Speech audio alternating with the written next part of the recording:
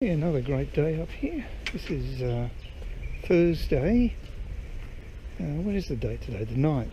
I'm terrible with dates. Yeah, the 9th of May. That's right, 9th of May. I've got the month right as well. I'm doing okay. So, yeah, the weather's very good again. Some guy with a barrow over there. Not sure what they're doing. Collecting stuff, I guess. Yeah, just got to head up to North Cairns, which is quite a pleasant walk. Here's the good thing about this place: you can walk virtually everywhere, unless you're talking about the northern beaches, in which case you do need transport to get up that way. So,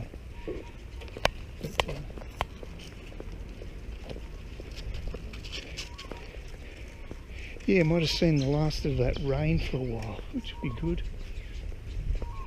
But I'm a little nervous at the moment because we've got the federal election coming up Saturday week, and I'm a bit concerned that we're going to have a change of government, and I don't think it's going to be good for the country. But you know, it's just my opinion.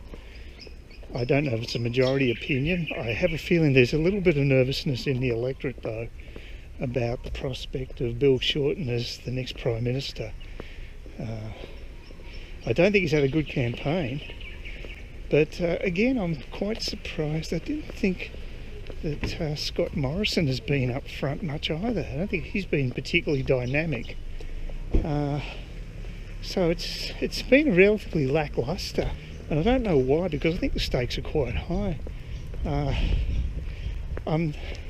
They do say that Liberals are Labor light these days, and I think there's some truth to that, but there are differences in the parties, there's no doubt about that.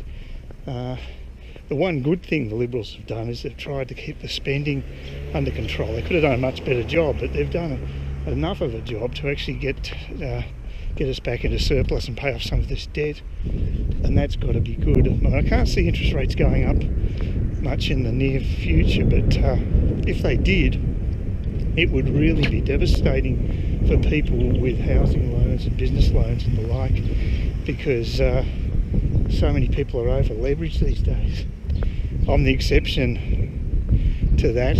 I don't have any debt apart from the ongoing monthly debt I accrue on my credit card, but I always pay it off, and that's the thing. If you've got the wherewithal to do that, you should always do that to avoid paying too high interest. I mean, I hate paying high interest, and the worst interest you can pay, some of the worst interest, is on credit cards. It's really quite prohibitive. So the good thing to do is to actually use it to your advantage. I mean, it's great to have cashless transactions at the supermarket, for instance, but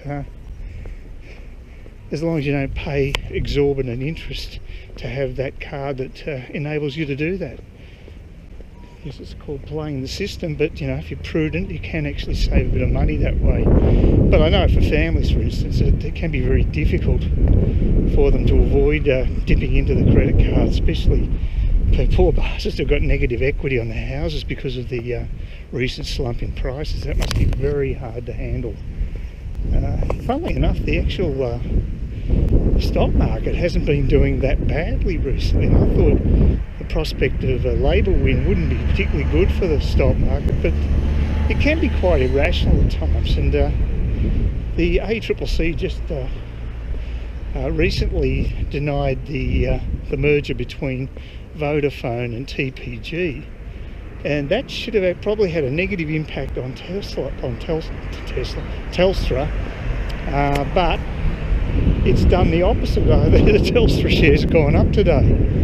So work that one out. Very hard to figure the rationale behind these decisions.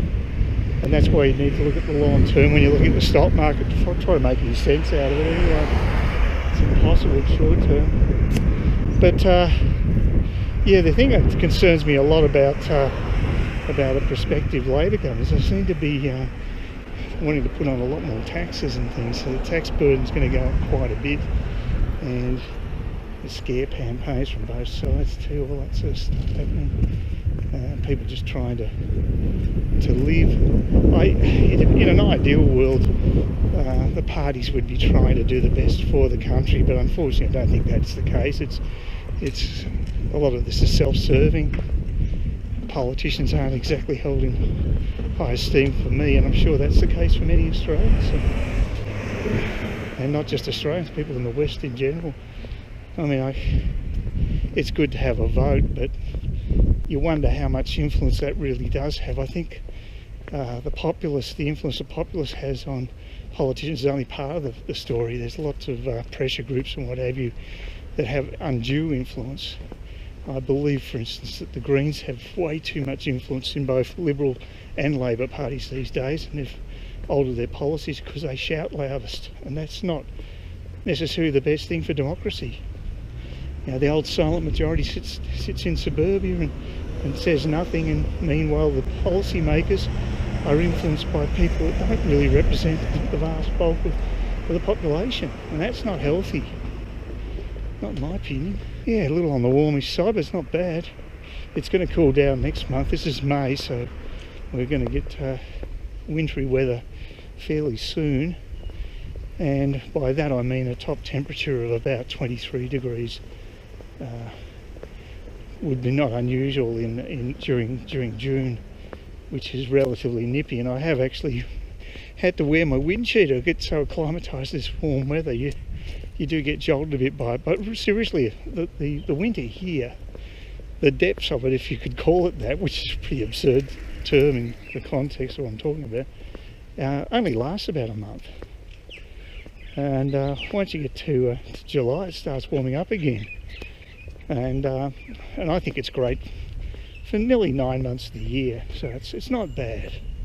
It does get too oppressive at the end of the year, around Christmas time, New Year's time. That's when it starts going downhill.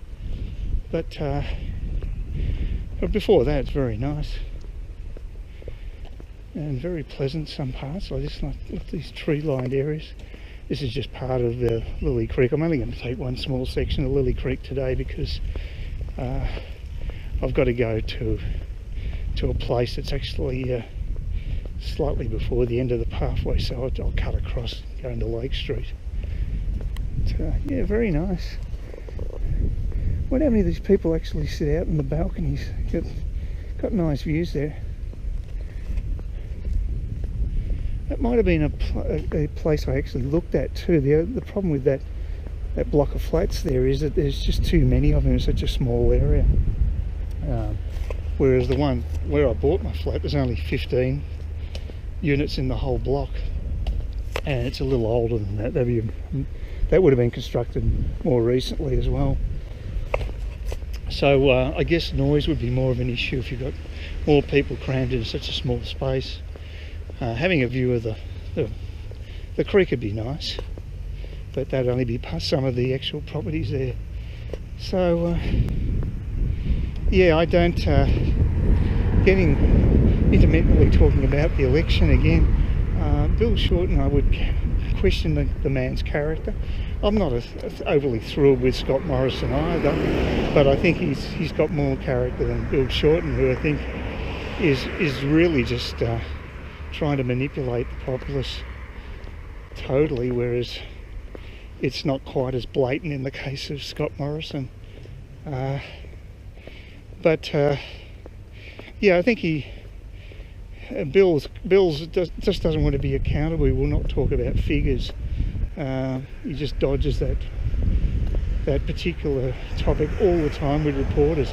I've got to say, I take my hat off to some of these reporters who've actually been doing their jobs this year, taking on people like Shorten. It might have been Chris Ullman who did it, I can't remember, but there was a reporter who just would not let him go on that, on not giving costings. And that's fair enough. They need to do that on our behalf, because these people are so evasive.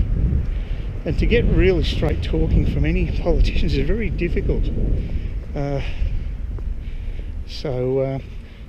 Bill Shorten won't even go on a station like 2GB, which is the highest rating station in Sydney, for instance. He won't even appear. There's very few Labor people will actually appear on that station, and that sort of shows you that they just don't seem to. They're not prepared to go into enemy territory, whereas the Liberals have to, because they go on the ABC, which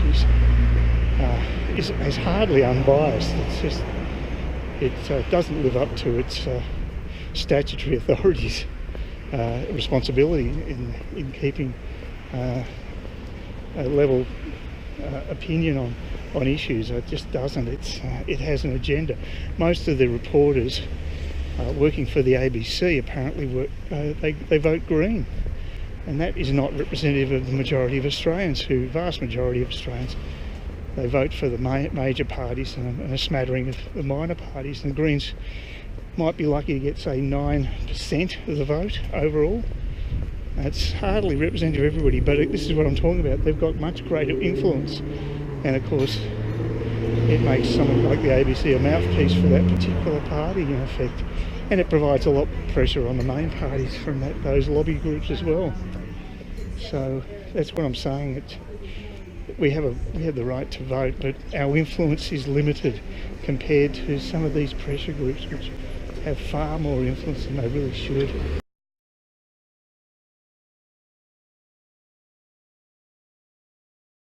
Please consider subscribing to my channel if you think there's anything there of use to you, or entertainment or whatever, and either do that or give me a thumbs up, or if you're feeling really energetic, do both. That'd be great.